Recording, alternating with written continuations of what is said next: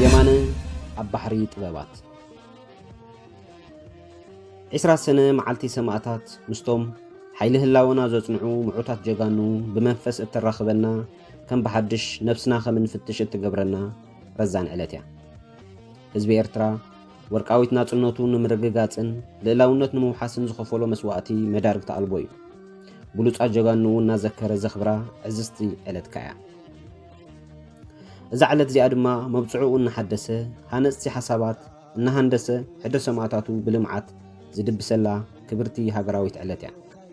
ስለዚ ድማዩ ህዝብና ነዛ ዕለት ብዝተፈላለዩ ዘደንቑን ዘድምቑን ትርጉም ዘለዎም ባህላዊ መሰናድኦታት ማእቶታዊ ንጥፈታትን ወዲቡ ብዓቢ ኽብሪ በዓሉ ዘማዕርግ ምኽባር እዛ ዕለት ምኽባር ሰማዕታትና ስለ ዝኾነ ንዝኽርን ክብርን እቶም ህይወቶም በጅዮም ህይወትና ዘስረሩ ሰማዕታት ንኽብሮም ሓያሎ ዜማታት ተቓንዩን ተዘይሙን እዩ።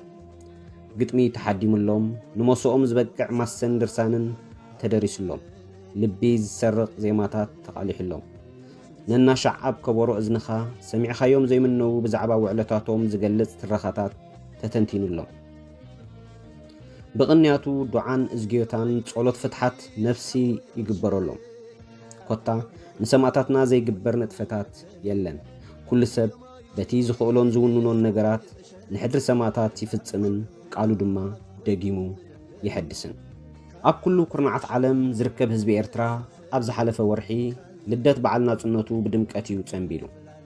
ኣብዛ ወርሒ ዕልልታን እምብልታን ከበሮን ዝላን ጓይላን የድህዩ ደስታን ፌስታን ዓሲሉ ዝተሓበአ ከበሮ ሃሚሙ መቑሕ ተሰቢሩ ከርከባን ግፍዕታትን ኣብቅዑ ሽታ ሽላንን ሰላምን እውን ሃጊጉ ኣሂ ዝናብ ቦምብ ብማይ ኣቦይ ዝጊ ተተኪኡ ዓሻ ድነሞት ኣብቅዑ ኤርትራዊ ሰብ ከም ሕሱም ብፍስሓ ተወንጅሩ ኮታ ፀሓይና በጣዕጣዕ ኢሉ በሪቑ ዝቓደረ መሬት ጎልጎልን ጎቦታትን ሳዕርን ኣቝጽልትን ዕምባባታትን ጽገን ዳግም ህይወቶም መሊሶም ኣብ ግዜ ወቕቶም ግጥም ክብሉ ጀሚሮም ማዕበል ባሕሪ ሃዲኡ ኣባይ ርዑኡ ጠቕሊሉ ጠፊኡ ሃሱስ ድማ ግዜ ጠሊምዎ ተቓሊዑ ሽሻይ ሓርነትና ድማ ጎስዒዩ እዚ ኹሉ ሳላቶም ኣብ ጽንኩር ዝስውዱ ሰማዕታትና ዝተረኽበ ንሻን ክብሪ እዩ።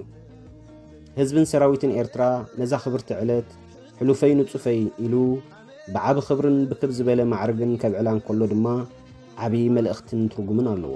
ምኽንያቱ ናጽነት ብዋጋ ኣላፍ ትንፋስ ስለ ዝተረኽበት ክቡር ነገር ንኽትረክብ ክቡር ነገር ክትከፍል ኣለካ። ብሓፂሩ ናጽነት መስዋዕቲ ዝሓትት እዩ። መስዋዕቲ ብመስዋዕቱ ነታ መተካእታት ዘይብላ ህይወት ትኸፍል። እዚ መስዋዕቲ እዚ ክብደቱን ምረቱን ሓይሉን ዕንቆቱን መንፈሱን ርዝነቱን ክትልክዕ ብቓላት ክትገልጾ ኣይትኽእልን። ንርዝነትን መስዋዕትን ገድልን ንምግላጽ በብእዋኑ ብዙሓት ሃገራውያን ደርፍታት ፈርዮምን ይፈርዩ ኣለውን። ካብቶም ነዚ እንገልጾ ዘለና ክቡር መስዋዕቲ ዝገልጹ ሃገራውያን ደርፍታትና ኣብዚ ስዋዕትና ብሓባር እንዝክረሉ ዘለና ቅንያት 20 ሰነ ድማ ካብተን ንዝኽሪ ሰማዕታትና ተባሂለን ዝተሓደማ ባሕሪ ጥበባት ናይ ገዲም ድምፃዊ የማነ ገብረ ሚካኤል ባርያ ነታ ሰገናይ እትብል ንኽብሪ ጀጋኑና ዝደረሳን ዝወፈያን ምዝካር ይከኣል። ንሱ ኣብ መእተዊ ናይዛ ደርፊ ከምዚ ብምባል እዩ ዝጅምር። ሰገናይ ነዊሕ ክሳዳ ስጉሚ ርግቢት ቆንጆ ካይዳ ተጻዋሪት ሽግር ዘይኸብዳ ሓብሩኒ እንዶ ናበይ እያ ኸይዳ።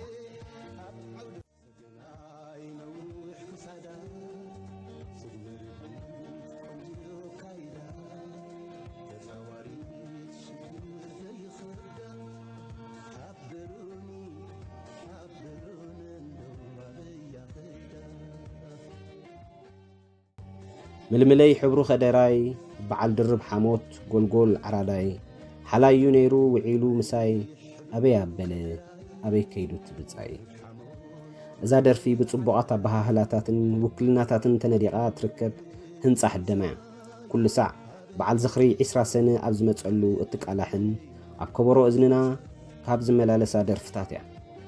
ብዋሓለ ኸሻናይ ከም ዝተሰርሐ መግቢ ደስ ካብ ዘብላ ተፈተውቲ ሕደማታት ድማ እያ ደርፊ ሰገናይ። እዛ ደርፊ ንኽብሪ ጀጋኑ ስዋኣትናን ዋጋ መስዋእትን ተጉልሐ ኣብ መቕድም ናይዛ ደርፊ ከም ንዕዘቦ ንጅግንነት ኤርትራዊት ጓል ኣንስተይቲ ብምድናቕ እዩ ዝፍልም። ደቂ ኣንስትዮ ኣብ ዕጥቃዊ ቃልስን ምዕቃብ ልዕላውነትን ሃገርን ዝፈጸሞ ቅያታት መዳርግቲ ይብሉ። ነቲ ቃልስን መኸተን ሓይልን ሞተርን ኮይኖንኦ ቀሊሶኖ እየን። ነቲ ገድሊ ከዓ ዝያዳ መቐረት ወሲኸናሉ። ዕምሪ ገዛእቲ ስርዓታት ኢትዮጵያ ኣብ ምሕፃር ተቓሊሰን።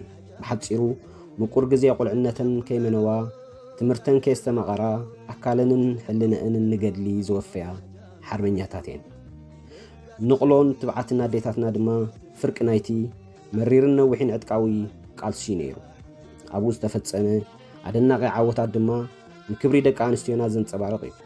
ነዚ ብምስትባሃል እዩ ድማ እቲ ጅግና ገጣሚ ንድንቂ ውዕሎ ታሪኽ ኤርትራውያን ደቂ ኣንስትዮ ንምግላጽ ሰገናይ ነዊሕ ክሳዳ ስጉሚ ርግቢት ቆንጆ ካይዳ እናበለ ብኣድናቖት ኣብ ቀዳማይ ነግሕኡ ክገልጽ ዝረአ።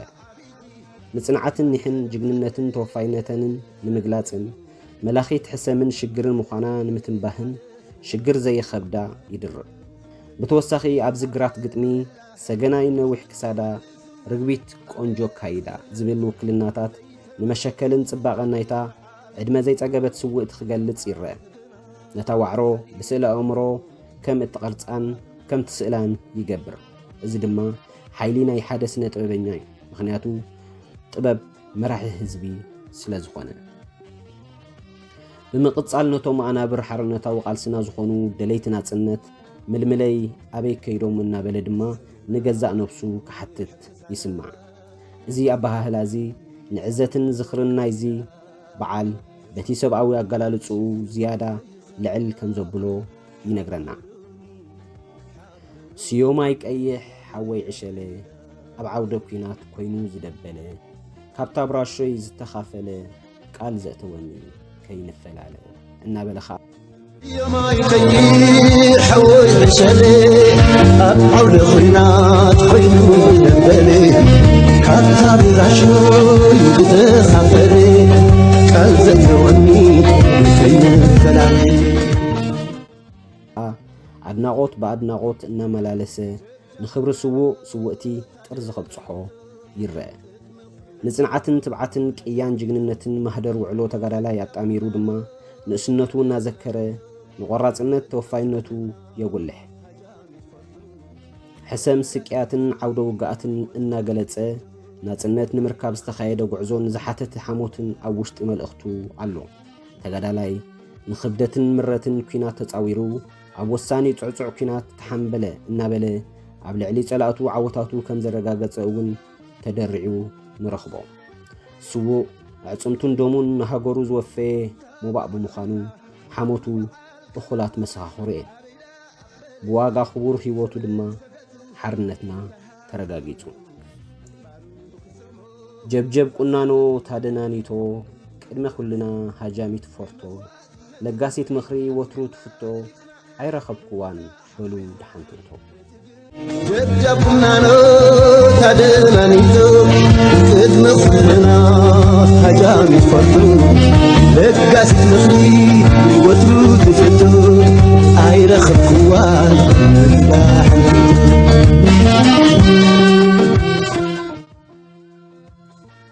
ንጽንዓት ኤርትራዊት ጓል ኣንስተይቲ ኣብዚ ሕጂ እዋን እዚ ንትን ኢልካ ክትንትን ኣብ ትፍትነሉ እዋን ኪንዮ ክብደት ካልእ መዐየሪ ኣይትረኽበሉ ብብልሻው ቃላት ጥራሕ እዩ። ኤርትራዊት ጓል ኣንስተይቲ ንጸላኢ ጥራሕ ኣይኮነትን ስዒራ ንጭቆናን ድሑር ባህልን እምነትን ንጉቡይ ኣረኣያታት ሕብረተሰብና ኣሰኒፋ ቦሎኽ ዝበለት ኮኸብ እያ። ጅግንነታ መስፈሪ ኣይርከቦን። ሳላ ተጻዋርነታን ትብዓታን ሓይላን ብልሓን ማዕርነታን ክብረታን ብማዕረ ዘረጋገጸት ፍጥርቲ እያ። ብፍላይ ኤርትራዊት ኣደ ብኹልንትናዊ ትዕግስታን ሓልዮትን እትልለ ፍጥርቲ እያ። ካብ ጎኒ ብጾታ ፈልከትን ከይበለት ትብዓት ዝሕላገታ ፍጥርቲ። እዚ ገጣሚ ድማ ንምስላን ተግባራን እናዘከረ ንድሕረወት ወለዶታት ዝኸውን ሙሉእ ስንቂ ታሪኽ ንምግዳፍ ጀብጀብ ቁናኖ ታደናኒቶ ለጋሲት ምኽሪ ወትሩ ትፍቶ ብምባል ኣብ ከብሒ ታሪኽ ኣቐሚጥዋ ኣሎ። ንሱ ብምቕጻል እቶም ተዋዘይቲ ዕሩኽ ሰለስተ መተዓቢቲ ካብ ቀደምታት ዘይተፈላለዩ በረኸ ጸልመተ ሓደስ እንሆለ ኣቤሎ ውክልተ ኣቤሎ ኣቤላ ሕቶ ይመልሱ ኣነ ክምለስ ዘይተመለሱ በዓል ስዮማይ በዓል ሰገናይ ሓሊፎም ድዮም ወይ ዝዓለም ግናይ እቶም ተዋዘይቲ የዕሩኽ ሰለስተ መታ ዓቢቲ ካብ ቀደምታት ዘይፈላለዩ በርተ ጸልመት ሓደ ስነሆ ኣቤል ዞሬላ ሕዝተ ይመልሱ ኣነ ክምለስ ዘይተመለሱ በዓል ስዮማይ በዓል ሰገናይ ሓሊፎም ድዮም ወይ ዝዓለም ግናይ ኣነ ክምለስ ኣብዘን ተኸታተልቲ ተጠቒሰን ዘለዋ ቃጽዖ ማይ ቤታት እንተዳርኢና ካብቶም ሰለስተ እቶም ክልተ ገንሸል ሓርነት ብምዃን ጥዋፍ ናጽነትና ከም ዝኾኑ ይጠቅስ። ምካኽ ስምዖም ድማ ጸርጊ ብርሃን መንገድና ኮይኑ የገልግለና ኣሎ። እቲ ሓደ ድማ ዝፈትዎም መጋድልቱ ብጾቱ ሓዲጉ ከም ዝኣተወ ይነግረና። ካብ ብሱል ጥረ ኮይኑ ነቲ ብጾቱ ዝፈጸሙ ቅያ ባሕሪ ታሪኽ ክትርኽ ከም ዝተዓደለ ኣብዚ ነግሒ እኹል ምስክር እዩ። ባርያ ኣብ ነፍሲ ወከፍ ዝሓልፎም ማይ ቤታት ናይ ዛሕደማ ኣቤላ ኣቤሎ እናበለ ሕቶ ብጾት ስዋኣት ብድፍንቕ ንሓፋሽ ክሓትትን ከጣይቕን ይርአ። ነታ ኣብ ሓደ እዋን ናብ ሲኦል እትቕየር ዓለም ብምግንዛብ ድማ ግናይ እናበለ ዘይዕግበቱ ክገልጸላ ይስማዕ።